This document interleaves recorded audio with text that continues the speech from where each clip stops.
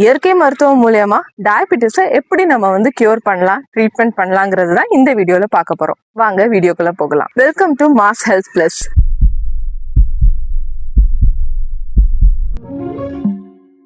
Diabetes அப்படிங்கிறது ஒரு காமனா இப்ப இருக்கிற காலகட்டத்துல எல்லாத்துக்குமே இருக்கிற ஒரு நோய். சோ இதை சர்க்கரை வியாதி அப்படிங்கறத நம்ம சொல்லுவோம். சோ டயபெட்டிஸ்ல முக்கியமா நீங்க தெரிஞ்சுக்க வேண்டிய ஒரு விஷயம் தான் இந்த இன்சுலின் ரெசிஸ்டன்ஸ். ஸோ காமனா சுகர் இருந்தா சர்க்கரையை சாப்பிடக்கூடாது, அரிசியை கம்மி பண்ணணும், காய்கறிகள் அதிகமா எடுத்துக்கணும், இந்த மாதிரியான இன்ஃபர்மேஷன் எல்லாத்துக்குமே நல்லா தெரியும்.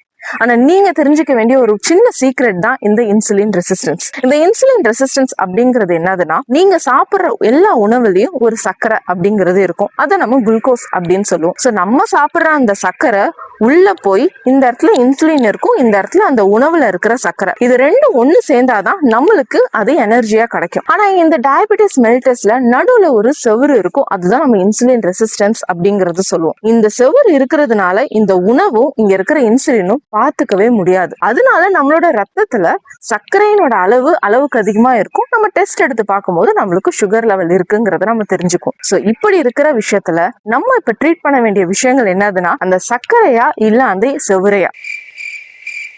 செவர் அப்படிங்கிறது நம்ம இன்சுலின் ரெசிஸ்டன்ஸ். இது வர்றதுக்கு நிறைய காரணங்கள் இருக்கலாம். நம்மளோட லைஃப் ஸ்டைலா இருக்கலாம், இல்ல பாடி அதிகமா வெயிட் போட்டதுனால இருக்கலாம், இல்ல உங்களோட லைஃப் ஸ்டைல நீங்க சாப்பிடுற கார்ப் ஃபுட் அதிகமா காம்பினேஷன் இருக்கிறதுனால, இல்ல ஜெனட்டிக் டிசார்டர், இந்த மாதிரி நிறைய காசஸ் இருக்கும். நீங்க என்ன ஃபோக்கஸ் பண்ணணும்னா ரெண்டு விஷயம் தான். ஒன்னு டயட், இன்னொன்னு லைஃப் ஸ்டைல் மாடிஃபிகேஷன்ஸ்.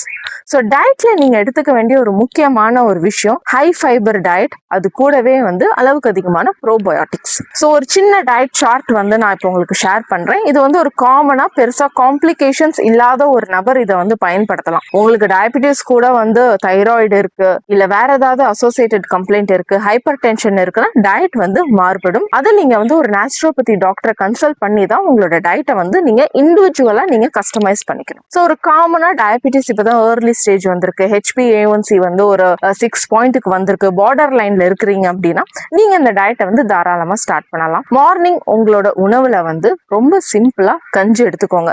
இல்ல நீங்க இட்லி சாம்பார் இந்த மாதிரிதான் எடுக்கிறீங்கன்னா இட்லி தோசை நீங்க செஞ்சுக்கலாம். தோசை ரோஸ்ட் மாதிரி போடாம ஒரு ஊத்தாப்பா மாதிரி போட்டுட்டு அதிகமா காய்கறி போட்ட சாம்பார், அதுல காய் தான் அதிகமா வரணும், அந்த மாதிரி வச்சு நீங்க சாப்பிடலாம். ஸோ ஃப்ரூட்ஸ் நீங்க எடுத்துக்கிறீங்கன்னா பழங்கள், அது கூடவே ஒரே ஒரு டேட்ஸ், அது கூடவே 2-3 முந்திரி, ஊற வச்ச பாதாம், அது கூடவே சில சீட்ஸ் அண்ட் நட்ஸ், ஒரு வகையான பழங்கள், எந்த பழம் வேணும்னாலும் எடுத்துக்கலாம். மாதுளப்பழம், ஆப்பிள், இது 2 காம்பினேஷன்ல நீங்க எடுத்துக்கலாம். நான்வெஜ் எடுத்துக்கிற ஒரு பர்சன் உங்களுக்கு அசிடிட்டி பிரச்சனை எதுவுமே இல்லை அப்படின்னா நீங்க ஒரு பாயில் பண்ண எக் எடுத்துக்கலாம். ஸோ கூடவே ஒரு காய்கறி சூப், முருங்கைக்கீரை சூப்பா வாரத்துக்கு 3 வாட்டி எடுத்துக்கோங்க. இதை ஒரு ஐடியல் பிரேக்ஃபாஸ்டா நீங்க வச்சுக்கோங்க. அடுத்தது லஞ்சுக்கு சமைச்ச அரிசி 100 கிராம் அளவுக்கு தான் எடுத்துக்கணும். எடுத்துட்டு நீங்க நார்மல் ஒயிட் ரைஸ் கூட எடுத்துக்கலாம். இதுக்காக கைக்குத்தல் அரிசி மில்லட் பேஸ்ட் தான் போகணும்னு இல்லை. பட் அதுக்கு நீங்க போனீங்கன்னா அது காம்ப்ளெக்ஸ் கார்ப், ரொம்பவே ஹெல்த்தியான ஒரு விஷயம். ஸோ நீங்க இந்த மாதிரியான கார்போஹைட்ரேட்லயும் அகைன் ஒரு 150 to 200 குள்ள நீங்க கிராம்ஸ் குக்டு ரைஸ் நீங்க எடுத்துட்டு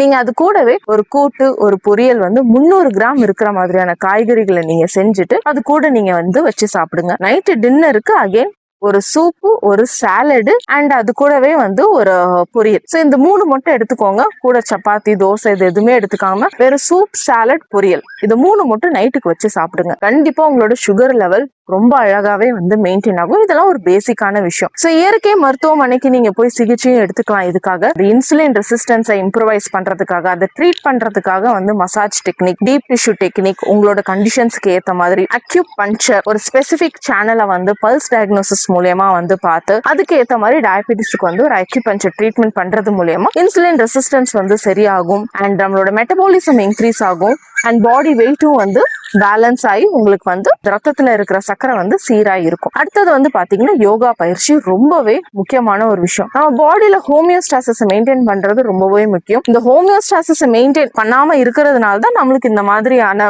sugar, BP, hypertension, thyroid இதெல்லாமே வருது. ஸோ இந்த ஹோமியோஸ்டாசிஸ் மெயின்டைன் பண்றதுக்காக நம்ம பிராணாயாம் பயிற்சி, ஸோ அதுல நாடி சுத்தி பிராணாயாம் ரொம்பவே நம்மளுக்கு பயன் கொடுக்கும்.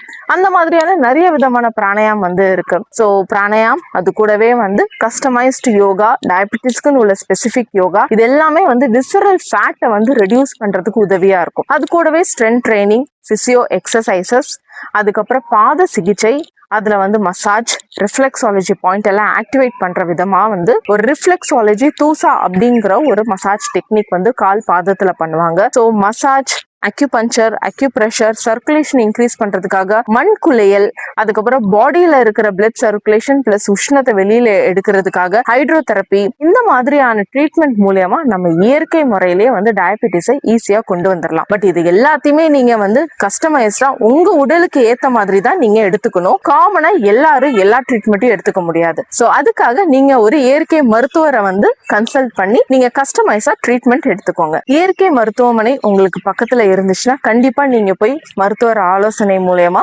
சிகிச்சை எல்லாத்தையுமே எடுத்துக்கலாம். அப்படி இல்லாட்டி நீங்க திருச்சியில காட்டூர் இந்த பகுதியில இருந்தீங்கன்னா கைலாஷ் நகர்ல இருக்கிற நம்ம ஜெயரங்க ஆயுஷ் மருத்துவமனைக்கு நீங்க வந்தீங்கன்னா கண்டிப்பா இந்த எல்லா சிகிச்சையும் நீங்க எடுத்து நீங்க பெனிஃபிட்ஸ் வந்து பார்க்கலாம். சோ இந்த மாதிரியான வீடியோக்கள் உங்களுக்கு தொடர்ந்து வரணும்னா நம்மளோட மாஸ் ஹெல்த் பிளஸ் சேனலை சப்ஸ்கிரைப் பண்ணுங்க, ஷேர் பண்ணுங்க, லைக் பண்ணுங்க. தேங்க்யூ.